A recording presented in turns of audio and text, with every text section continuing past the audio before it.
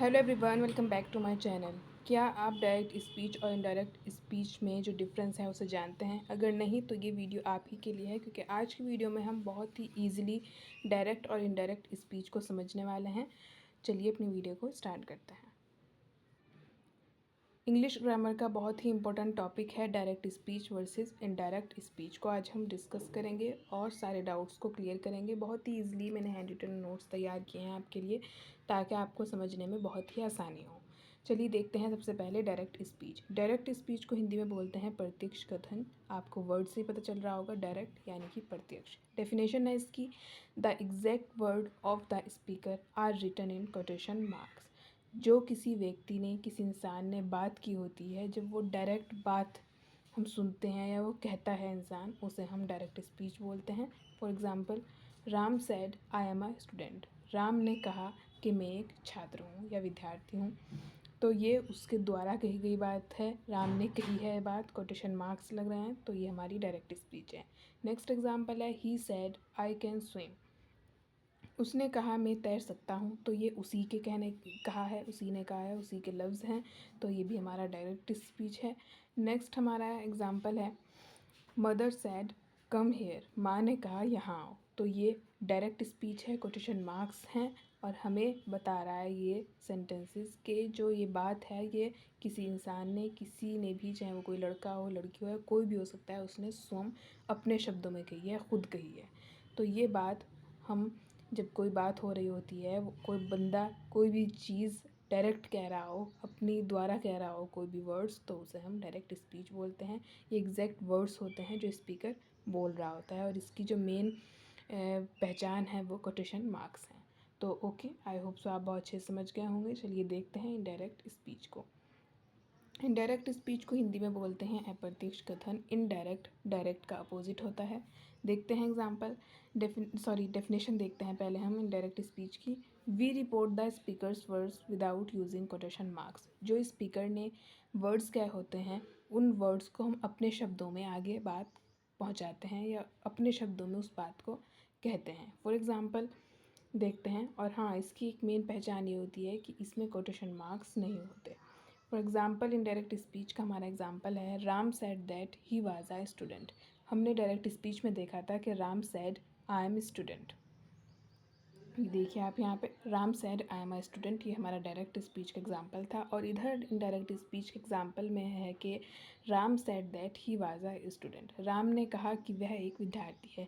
ये हम ऐसे बता रहे होते हैं जैसे हमने किसी से बात सुनी और हमने उसे आगे पहुँचाई अपने शब्दों में, तो उसे हम इनडायरेक्ट स्पीच कहते हैं। ये राम नहीं कह रहा है, ये कोई और कह रहा है कि राम ये कहता है कि वो एक विद्यार्थी है, तो उसे हम इनडायरेक्ट स्पीच बोलते हैं, जो हम किसी की बात को अपने शब्दों में बताते हैं, आगे पहुंचाते हैं और इसमें कोटेशन मार्क्स का यूज़ नहीं होता। तो आई होप सो आप इसे बहुत अच्छे से समझ गए होंगे कि मैंने आपको क्या समझाने की कोशिश की है, और आई होप सो आपको बहुत अच्छे से समझ आ गया होगा। चलिए देखते हैं इनमें डिफरेंस, ताकि आपके जो डाउट्स हैं वो भी अच्छे से क्लियर हो जाए। डायरेक्ट स्पीच है एक तरफ, इनडायरेक्ट स्पीच है। मैंने टेबल के थ्रू आपको समझाने की कोशिश की है। डायरेक्ट स्पीच में पहला पॉइंट है, एग्जैक्ट वर्ड आर यूज्ड। इसमें डायरेक्ट वही वर्ड यूज़ किए जाते हैं जो कोई भी इंसान अपनी बात खुद अपने मुँह से बताता है। इनडायरेक्ट स्पीच का पॉइंट है, वर्ड्स आर रिपोर्टेड। हमें जो किसी से बात सुनी होती है उसे हम अपने शब्दों में आगे पहुंचाते हैं, उसे हम इनडायरेक्ट स्पीच बोलते हैं। नेक्स्ट हमारा इसका पॉइंट है, quotation marks are use. Direct speech में कोटेशन मार्क्स यूज़ होते हैं, और वहीं पे इनडायरेक्ट स्पीच का जो हमारा पॉइंट है वो ये है कि इसमें कोटेशन मार्क्स यूज़ नहीं होते, नो कोटेशन मार्क्स। तो ये हमारे 2 पॉइंट्स हो गए। थर्ड और लास्ट पॉइंट देखते हैं डिफरेंस का। व्यक्ति के वही शब्द लिखे जाते हैं डायरेक्ट स्पीच में, और वहीं पर इनडायरेक्ट स्पीच में व्यक्ति की बात अपने शब्दों में बताई जाती है। तो ये हो गया हमारा डिफरेंस डायरेक्ट और इनडायरेक्ट स्पीच में। आई होप सो आप इसे बहुत अच्छे से समझ गए होंगे। रिपोर्टेड स्पीच क्या होती है, अगर आपको डाउट हो रहा होता है, जैसे बार बार मैंने रिपीट किया, रिपोर्टेड स्पीच यूज़ होती है इनडायरेक्ट में। अगर आपको डाउट हो रहा है बार बार, तो चलिए देखते हैं रिपोर्टेड स्पीच क्या होती है। Reported speech is the way of telling what someone said. Reported speech वो होती है कि जो किसी भी व्यक्ति ने बात कही है, someone spoken word. Someone's spoken words होते हैं, जो बात किसी ने कही होती है, जो हमें पता होती है किसी के द्वारा कही गई बात, उसे हम रिपोर्टेड स्पीच बोलते हैं। और जब हमें जो बात पता होती है किसी के बारे में, उसे हम अपने वर्ड्स में ट्रांसलेट करके अपने शब्दों में किसी दूसरे तक पहुंचाते हैं कि Ram said that he was a student, जबकि डायरेक्ट स्पीच था कि राम ने कहा, Ram said I am a student, but indirect speech में हुआ Ram said that I am a student. तो ये बात हमने इनडायरेक्ट वे में किसी और को बताई कि राम ये कहता है कि मैं एक विद्यार्थी हूँ। तो ये हमारे इस तरह के डायरेक्ट और इनडायरेक्ट स्पीच हो जाते हैं। और आई होप सो आप रिपोर्टेड स्पीच को बहुत अच्छे से समझ गए होंगे। Ram said I am tired, तो रिपोर्टेड जो है हमारी, यानी कि इनडायरेक्ट वे में हम इसे बोल सकते हैं। एक और एग्जांपल मैंने आपको समझाने के लिए लिया है। Ram said that he was tired, Ram ने कहा डायरेक्ट स्पीच में कि मैं थका हुआ हूँ। ये देखिए आप, इन्वर्टेड कोमास हैं ऊपर। लेकिन अगर हम इनडायरेक्ट स्पीच में इसे बोलें तो कैसे बोलेंगे? Ram said that he was tired, Ram ने कहा कि वह थका हुआ है। तो इस तरह हमारे डायरेक्ट और इनडायरेक्ट स्पीच हो जाते हैं।